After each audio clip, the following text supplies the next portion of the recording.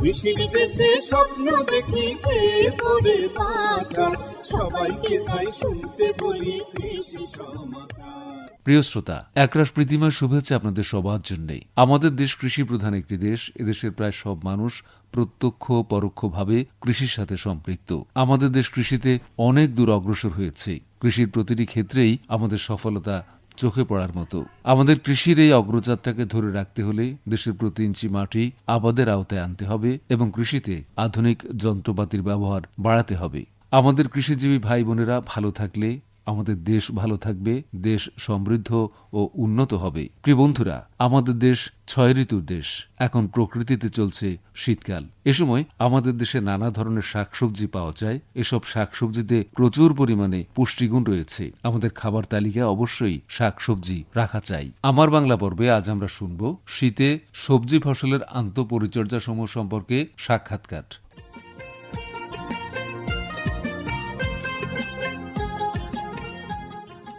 কৃষিজীবী ভাই ও বোনেরা, সবাইকে প্রীতি ও শুভেচ্ছা জানিয়ে শুরু করছি আমাদের আজকের আয়োজন। আজ আমাদের আয়োজনে উপস্থিত আছেন রেশমা আফরোজ, উপজেলা কৃষি অফিসার, প্রশিক্ষণ উইং, কৃষি সম্প্রসারণ অধিদপ্তর, খামারবাড়ি, ঢাকা। আজকের আমাদের বিষয় হচ্ছে শীতের সবজি ফসলের আন্তঃপরিচর্যা সমূহ সম্পর্কে। আপনাদের সাথে রয়েছে আমি হাসনা ফিত্রিয়া ফাহমিদা বানু।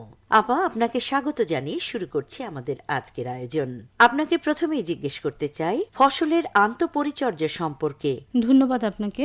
বীজ বা চারা ফসলের রোপণের পর থেকে ফসল সংগ্রহের পূর্ব পর্যন্ত ফসলের যেসব পরিচর্যা বা যত্ন নিতে হয় সেগুলি মূলত ফসলের আন্তঃপরিচর্যা। সেচ দেয়া, সার দেয়া, আগাছা দমন, বালাই দমন, চারা পাতলাকরণ, চারা ঘনকরণ, মালচিং, রগিং, সঠিক নিয়মে ঠিকভাবে আগাম সবজি ফসল কোমল ও সতেজ অবস্থায় সংগ্রহ করে বাজারজাতকরণের ব্যবস্থা করা, এসবই হচ্ছে আন্তঃপরিচর্যার অন্তর্ভুক্ত।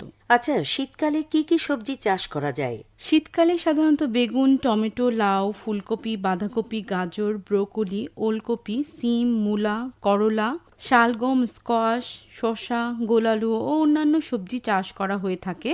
আচ্ছা, শীতের সবজি ফসলের কি কি আন্তঃপরিচর্যা করা প্রয়োজন, আপনি যদি একটু বলতেন। আন্তঃপরিচর্যার মধ্যে অনেক কিছুই রয়েছে, তার মধ্যে গুরুত্বপূর্ণ কিছু বিষয় নিয়ে আমি আজকে কথা বলবো।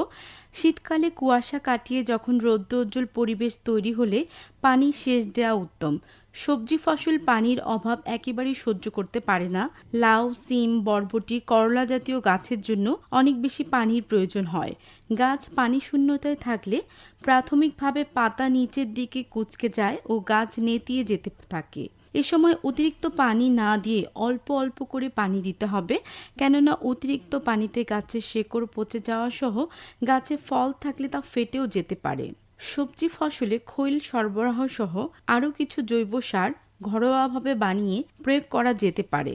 তারপরও যদি উদ্ভিদের কোনো পুষ্টি উপাদানের ঘাটতি থেকে থাকে তবে সারের অভাবজনিত লক্ষণ পরিলক্ষণের মাধ্যমে রাসায়নিক সার প্রয়োগ করা যেতে পারে। সেক্ষেত্রে নিকটস্থ উপজেলা কৃষি অফিসারের পরামর্শ অনুযায়ী সার প্রয়োগ করা উত্তম। পোকামাকড় দমন ব্যবস্থাপনার জন্য সবজি ফসলে হলুদ আঠালো কাগজ, ফেরোমন ফাঁদ ব্যবহার করা ভালো।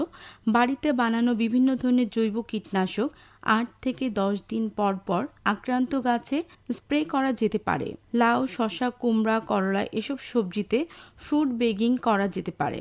এছাড়া তীব্র শীতে সবজি ফসলের রোগ ও পোকামাকড়ের আক্রমণ থেকে রক্ষা পাওয়ার জন্য সপ্তাহে 1 দিন ইমিডাক্লোরোপিড ও ম্যানকোজিব গ্রুপের কীটনাশক সঠিক মাত্রায় নিকটস্থ উপজেলা কৃষি অফিসের পরামর্শ অনুযায়ী স্প্রে করা যেতে পারে।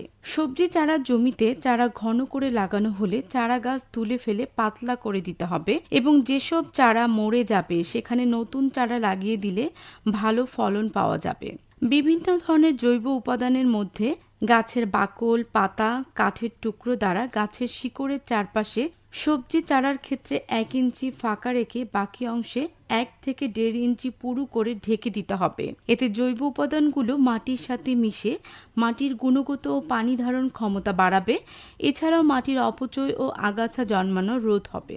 কুমড়া জাতীয় ফসলে অনেক সময় ফল ধারণের জন্য হাত দিয়ে পরাগায়ন করা হয়, যা হাত পরাগায়ন নামে পরিচিত। পুরুষ ফুলের পরাগধানীতে পরাগরেণু থাকে। পরাগায়নের সময় পরাগরেণু স্ত্রী ফুলের গর্ভমুণ্ডে স্থানান্তর করতে হবে, এতে ফল ধারণ ক্ষমতা বাড়বে। তবে খেয়াল রাখবেন পরাগায়ন যেন সঠিকভাবে হয়। শশার পুরুষ ও স্ত্রী ফুল উভয়ই সকালে ফোটে। পুরুষ ফুলের পরাগরেণু সর্বোচ্চ বেলা 2টা পর্যন্ত সক্রিয় থাকে, কিন্তু স্ত্রী ফুলের গর্ভমুণ্ড খুব কম সময়ের জন্য সক্রিয় থাকে বিধায় ফুল ফোটার 2 ঘন্টার মধ্যে পরাগায়ন করতে হবে। কররায় সকাল 6টা থেকে 9টা পর্যন্ত এবং লাউয়ে বিকেল 4টা থেকে সন্ধ্যা 7টা পর্যন্ত পরাগায়ন করা যাবে। সবশেষে যদি ফল সংগ্রহের কথায় আসি, তবে সবজির ফল যথেষ্ট কচি অবস্থায় পরিপূর্ণ আকার ও রং প্রাপ্তির পর সংগ্রহ করতে হবে। অনেক ধন্যবাদ আপা আপনাকে।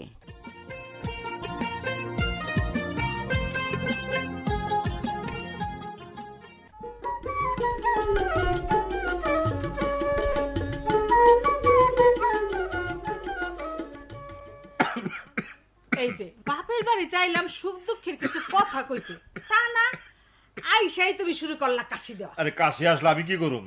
ভালো ডাক্তার দেখান দুলাভাই, কিপটা মানুষ, ডাক্তার দেখাইলে টাকা লাগবো তো তাই।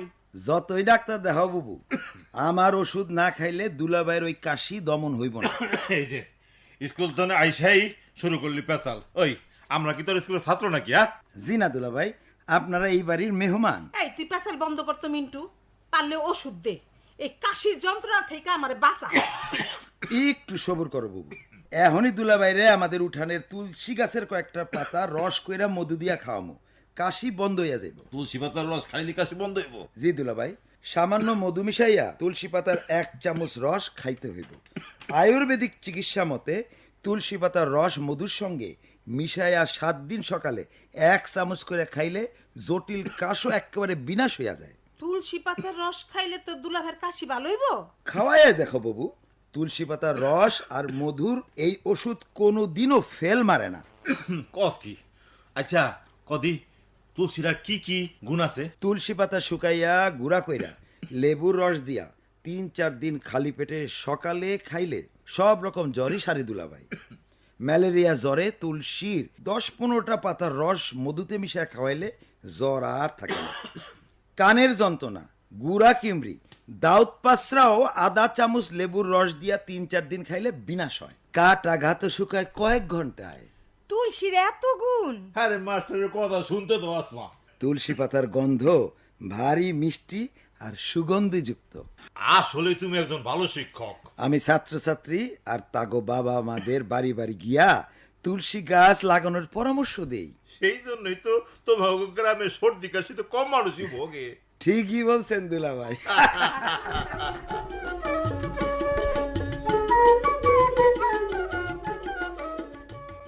সুপ্রিয় বন্ধুরা, আপনারা শুনছেন কৃষি সমাচার, প্রচারিত হচ্ছে কৃষি বিষয়ক কার্যক্রম বাংলাদেশ বেতার, ঢাকা থেকে।